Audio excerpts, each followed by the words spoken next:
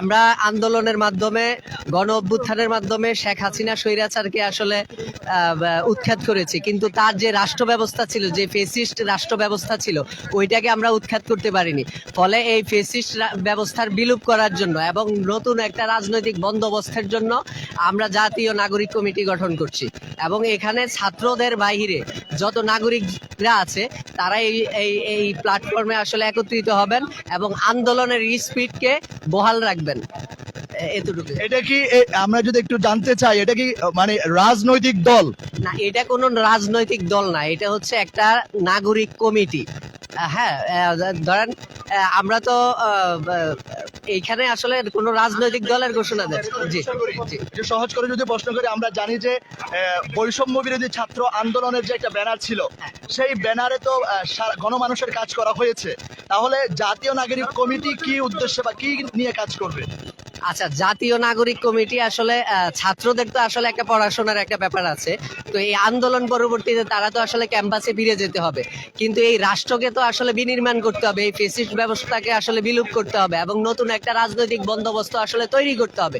এটার জন্য আসলে নাগরিক সমাজ আসলে এখানে একত্রিত হয়ে এই প্ল্যাটফর্মটার মাধ্যমে এই ফেসিস্ট ব্যবস্থাকে আসলে বিলুপ্ত করার ক্ষেত্রে তারা কাজ করে যাবে। এবং এইটা এখন আপাতত একটা কিছু সদস্যের নাগরিক কমিটি ঘোষণা হবে, পরবর্তীতে এটা আসলে বর্ধিত করা হবে এবং পর্যায়ক্রমে বিভাগ, জেলা, ইউনিয়ন, ওয়ার্ড পর্যায়ে, উপজেলা পর্যায়ে, গ্রাম পর্যায়ে আসলে এটা বিস্তার করা হবে আসলে। তার মানে কি এটা কি কোনো রাজনৈতিক দলের দিকে যাচ্ছে না? না, এখন রাজনৈতিক দলের দিকে যাচ্ছে কি যাচ্ছে না এটা আসলে এখন তো বলা যাচ্ছে না, বা এখন জনগণ চাইলে জনগণ কি করবে সেই প্রশ্নের উত্তর তো এখন দেওয়া যাচ্ছে না। যেমন জনগণ চেয়েছিল এই শেখ হাসিনার আসলে পতন, পরবর্তীতে কে সরকার প্রধান হবে এটা কি তখন জনগণ চেয়েছিল? জনগণ তো চায়নি। ফলে পরবর্তীতে জনগণ চেয়েছে যে ডক্টর ইউনূস আসলে শেখ হাসিনার পরবর্তীতে রাষ্ট্র পরিচালনা করবে। জনচাহিদা অনুযায়ী সেটা হয়েছে। এখন জনচাহিদা হচ্ছে এই ফেসিস্ট রাষ্ট্র ব্যবস্থার বিলুপ। ফলে এটার জন্য আসলে নাগরিক কমিটি। এখন পরবর্তীতে রাজনৈতিক দল হবে কি হবে না সেটা তো জনগণ ভালো জানে, সেটার উত্তরটা আসলে আমাদের কাছে নেই। আমি যদি আপনাকে আরেকটা প্রশ্ন রাখি, যে জাতীয় নাগরিক কমিটির যে নেতৃত্ব, এই নেতৃত্ব কি বৈষম্য বিরোধী ছাত্র আন্দোলনের নেতৃত্বরাই থাকবেন কিনা? না, এখানে বৈষম্য বিরোধী ছাত্র আন্দোলনে যারা ছিলেন তারা তো হচ্ছে ছাত্র ছিল। এটা হচ্ছে ছাত্রর বাহিরে যে নাগরিক সমাজ ছিলেন, অর্থাৎ আমরা এই গণ অভ্যুত্থানটা তো শুধু ছাত্রদের না, এটা তো হচ্ছে ছাত্র জনতার গণ অভ্যুত্থান। তো এখানে ছাত্রদের বাহিরে যে বিশাল সংখ্যক আসলে পেশাজীবী মানুষজন আছেন, না সাধারণ নাগরিক সমাজ আছেন, তাদেরও তো আসলে রাষ্ট্র নিয়ে একটা ভাবনা আছে, তারাও তো রাষ্ট্রের জন্য কিছু করতে সক্ষম। তো তাদের আসলে ঐক্যবদ্ধ করার জন্য এই প্ল্যাটফর্মটা আসলে। আপনাদেরকে আজকের এই প্রোগ্রামের মাধ্যমে জাতীয় নাগরিক কমিটির নাম ঘোষণা হবে কিনা? জি, সেটা একাংশের একটা কমিটি ঘোষণা করা হবে এবং পরবর্তীতে এটা বর্ধিত করা হবে এবং সারা দেশে এটা বিস্তার লাভ করবে। আপনি দেখলাম যে ওই বুথে গিয়েছিলেন, বুথে গিয়ে কি নিয়েছেন, এটা কি আমাদেরকে যদি একটু বলতেন। জাতীয় নাগরিক কমিটিতে আপাতত আমরা সদস্য হচ্ছি। ভবিষ্যতে এটা যে কোনো রূপ নেবে, সেই রূপেই আমরা রূপান্তরিত হব, এটি আমাদের আশা। স্বাধীন নতুন বাংলাদেশে আমরা চাচ্ছি একটা নতুন দল, একটা নতুন সংগঠন, যে সংগঠনের উপরে সারা বাংলাদেশের মানুষ আস্থা আনবে এবং এই দলটিকে তারা সামনের দিকে এগিয়ে নিয়ে এই দেশের মানুষের, এই দেশের যুব সমাজের, এই দেশের ছাত্র সমাজের পালস বুঝে যারা বুঝবে তারা এই সংগঠন করবে।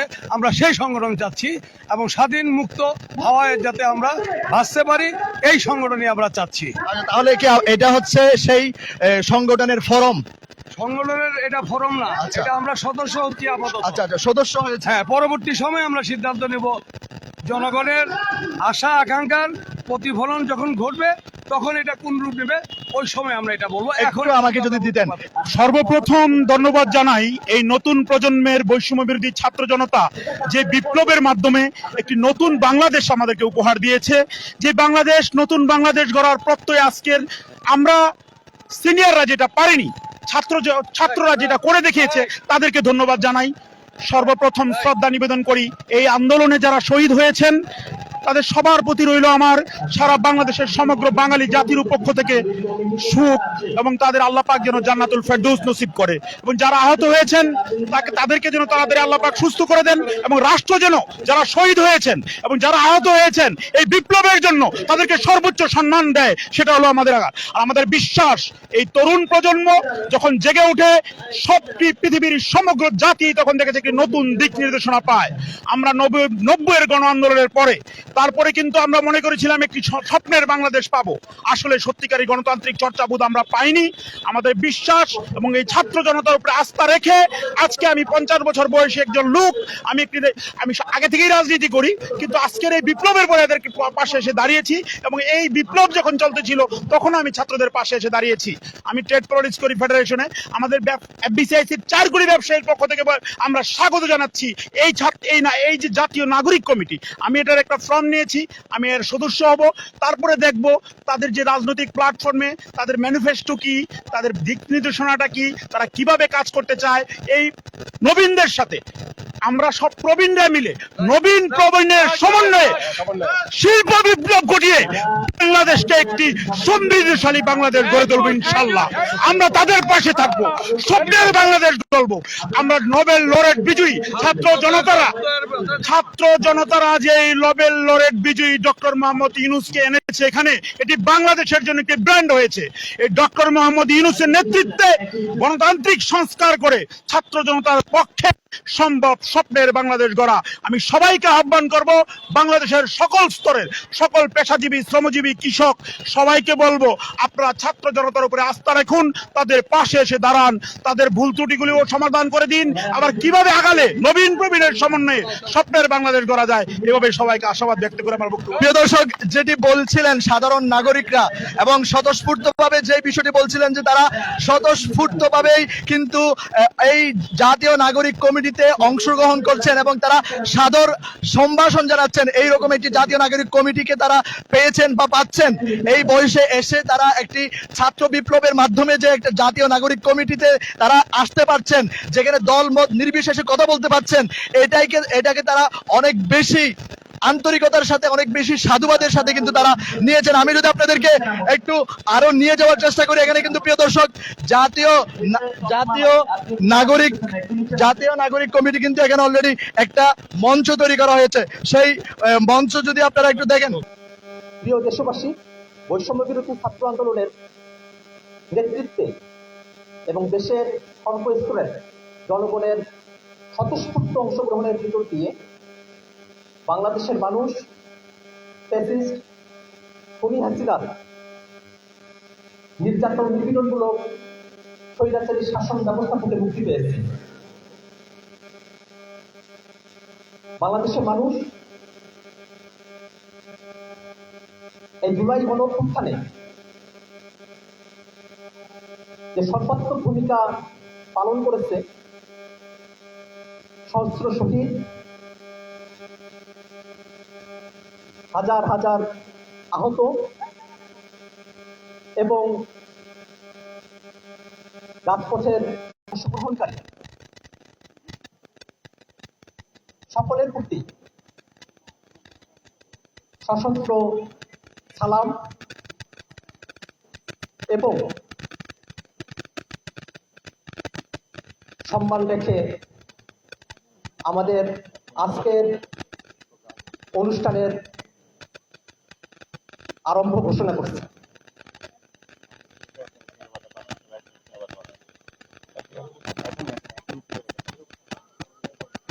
আমরা আমাদের শহীদ ভাইদের স্মরণে 1 মিনিট নীরবতা পালন করব। আমরা তাদের জন্য দোয়া করব, প্রার্থনা করব, তাদেরকে স্মরণ করব। আমরা নীরবতা সময় শুরু করছি।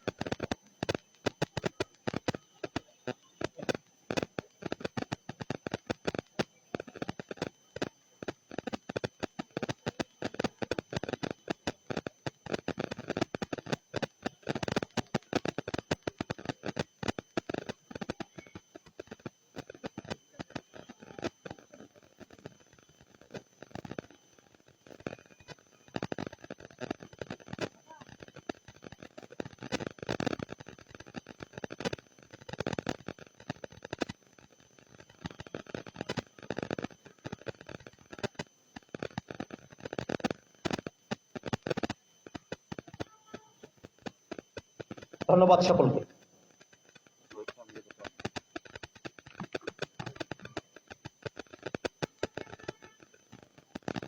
শত শত শহীদ এবং আহতরা তারা যে স্বপ্নের জন্য জীবন দিয়েছিলেন, রাজপথের সংগ্রামে অংশ নিয়েছিলেন, আমরা তরুণ যুবকরা সেই স্বপ্নকে আমাদের কাঁধে তুলে নিতে চাই। আমরা চাই গণহত্যাকারীরা তাদেরকে যথাযথ বিচারের আওতায় নিয়ে আসা হবে। আমরা চাই বাংলাদেশকে, এ রাষ্ট্রকে পুনর্গঠন করতে। আমরা চাই জনস্বার্থের পক্ষে নীতি নির্ধারণ করতে। আমাদের আজকের এই আত্মপ্রকাশ অনুষ্ঠানে আমাদের শহীদ পরিবারের পক্ষে অনেকেই এখানে উপস্থিত হয়েছেন। এই মুহূর্তে আমি কথা বলার জন্য শহীদ মোহাম্মদ আহনা পাবির আশরাফুল্লাহ এর বোন সাইয়েদা আক্তার ও শহীদ রায়হান হোসেন সাদ্দামের বোন স্বর্ণা আক্তার।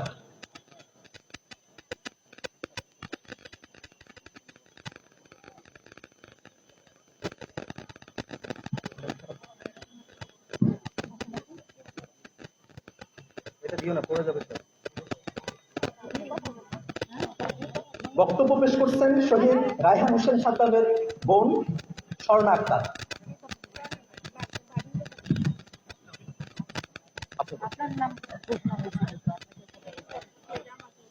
কথা বলতে হলে উনি আপনি দাঁড়ান, আপনি দাঁড়ানোর কথা না বলুন, আপনি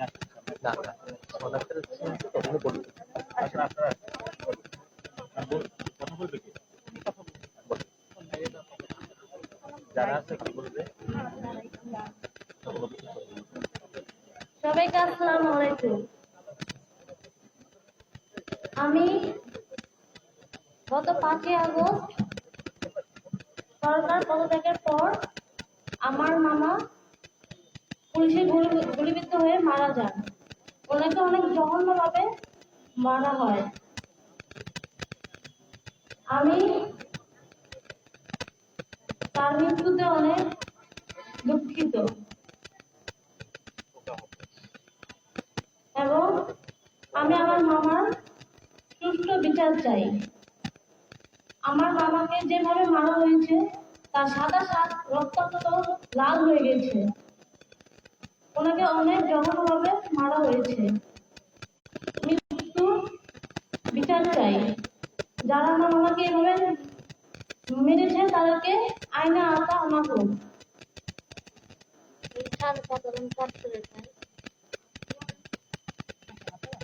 আমার ভাইকে আসসালামু আলাইকুম ভাইয়া। আমার ভাইকে যেভাবে মারছে, অনেক কষ্ট করে আগুনে কাজ করে খায়। উনি হাত ভাঙা ছিল, তার জন্য উনি ডাক্তার দেখাইছিলেন মুক্তার হাসপাতালে। তার স্ত্রীকে পড়ে যাওয়ার মধ্যে যখন গুলি শব্দ হয় তখন তার স্ত্রী আমাদের জানা নেই। তখন রাত 4টা বাজে আমাদের ফোন আসছে। তখন আমরা দেখি, যা দেখি এভাবে সাদা শ্বাস লাল হয়ে গেছে, রক্ত রক্ত। তখন আমরা আমাদের মাথা বিশ্বাস ছিল না। তখন আমার ভাইয়ের যেভাবে মারছে, অনেক কষ্ট করে আমার ভাইকে মাথা মারছি। এই বিচার আমরা চাই। আমরা অনেক কষ্ট করে আমরা 4 ভাই বোন এখন আমরা 3 ভাই বোন আমাদের ভাইকে মারা হয়েছে। তারা ভাইয়ের যারা মারছে তাদের বিচার আমি চাই।